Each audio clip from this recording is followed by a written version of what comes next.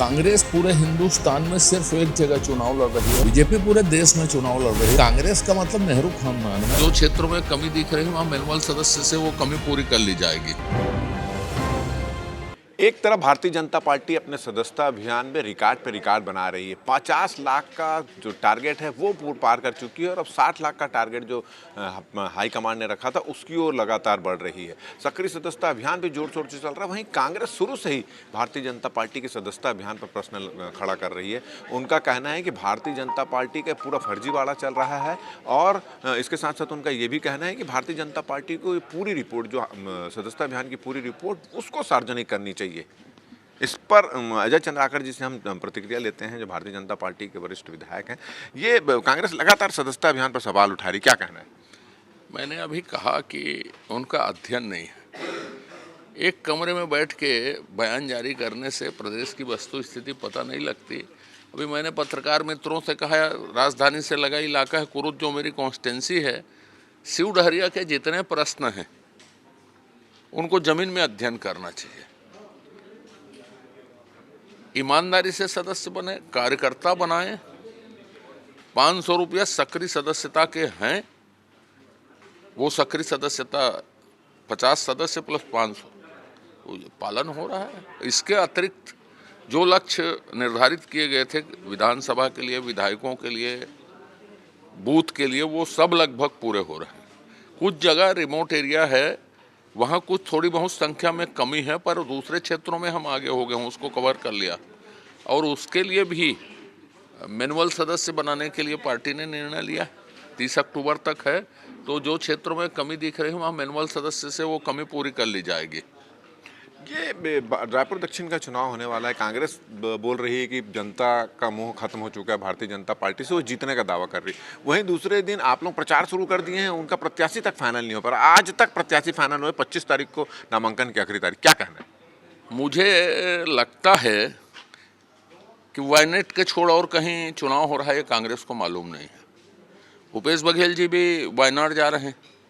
वायनाड से मुक्ति मिल जाएगी तो सोचेंगे कि देश के किसी कोने में चुनाव हो रहा है, उसमें ही रायपुर दक्षिण शामिल है। और हो सकता है कि रायपुर दक्षिण से लेकर छत्तीसगढ़ के बहुत कार्यकर्ता वायनाड मत चल दें, और जो उम्मीदवार बनेगा, जो भी यदि होश आ गया, कांग्रेस को उम्मीदवार घोषित कर दिया, तो बेचारा बलिक बकरा मत हो जाए वायनाड के साथ साथ, ये मुझे लग रहा है डर। तो कांग्रेस प्रत्याशी नहीं, बलि का बकरा ढूंढ रही दक्षिण में। हाँ, उनका पूरा फोकस वायनाड पे है। महाराष्ट्र में अभिजीत हार, और उत्तर प्रदेश के उपचुनाव, तमिलनाडु के उपचुनाव, या मध्य प्रदेश के उपचुनाव, छत्तीसगढ़ के उपचुनाव, या झारखंड में चुनाव हो रहे हैं, इससे कोई मतलब नहीं। वायनाड। चलिए, एक चीज़ और देखा जा रहा है कि चाहे बीएड डीएड की बात करें, चाहे एसआई भर्ती परीक्षा की बात करें, चाहे और बात करें, इनके कर्मचारी जो हैं सरकार से नाराज नहीं। उनका कहना है कि जो आप लोग कमिटमेंट पूरे किए थे वो पूरा नहीं कर रहे, और यही वजह है कि कभी गृह मंत्री के सामने बंगले के सामने प्रदर्शन कर रहे हैं, कभी मुख्यमंत्री के बंगले के सामने, और इसको लेकर कांग्रेस सवाल उठा रही है। लॉ एंड ऑर्डर पर भी सवाल उठा रही है। देखिए, एसआई भर्ती, प्लाटून कमांडर की भर्ती की प्रक्रिया शुरू हो गई। डीएड बीएड का जो मामला है वो भी समय के साथ हल हो जाएगा, पर बेरोजगार हैं, एज वेज बार मत हो जाए किसी का, ऐसे विषयों को लेकर उनके आक्रोश कभी कभी दिखते हैं, जो स्वाभाविक है। लोकतंत्र में इतनी प्रक्रिया मान्य है और इसको राजनीतिक चश्मे से नहीं देखा जाना चाहिए।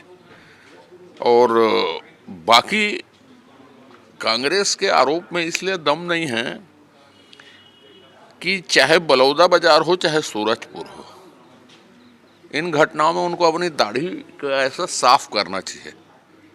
तिनके जो हैं उन्हीं दाढ़ी में है, और अपराधियों के साथ जो फोटो आए हैं उसको अभी रायपुर दक्षिण के चुनाव में बंटवाना चाहिए कि कांग्रेस किसके साथ खड़ी है, देखिए। और ऐसे लोगों को प्रश्रय देने का काम कांग्रेस का, आरोप लगाने का काम भी कांग्रेस का। तो ये डबल स्टैंडर्ड की राजनीति सिर्फ कांग्रेस कर सकती है, दूसरा कोई नहीं कर सकता। चलिए, एक बड़ी बात अजय चंद्राकर ने कही है कि सूरजपुर, बलौदाबाजार और कवर्धा की घटनाओं में कानून व्यवस्था पर सवाल उठाने के पहले और लॉ एंड ऑर्डर पर सवाल उठाने के पहले कांग्रेस को अपने चेहरे की दाढ़ी पर साफ कर लेनी चाहिए, कहीं उनकी दाढ़ी में तिनका तो नहीं है। साथ ही साथ उन्होंने कहा है कि जो गंभीर घटनाएं हो रही हैं, उनके आरोपियों के साथ कांग्रेस के वरिष्ठ नेताओं की फोटो आ रही है, उस पर उनको गंभीरता से विचार करना चाहिए। हमारा ये वीडियो, हमारी ये बातचीत अगर आपको अच्छी लगी तो ज़्यादा से ज़्यादा इसको शेयर करें, सब्सक्राइब करें, अपने सुझाव को देना ना भूलें और मुझे और मेरे कैमरामैन रमा शंकर को दे इजाज़त। नमस्कार।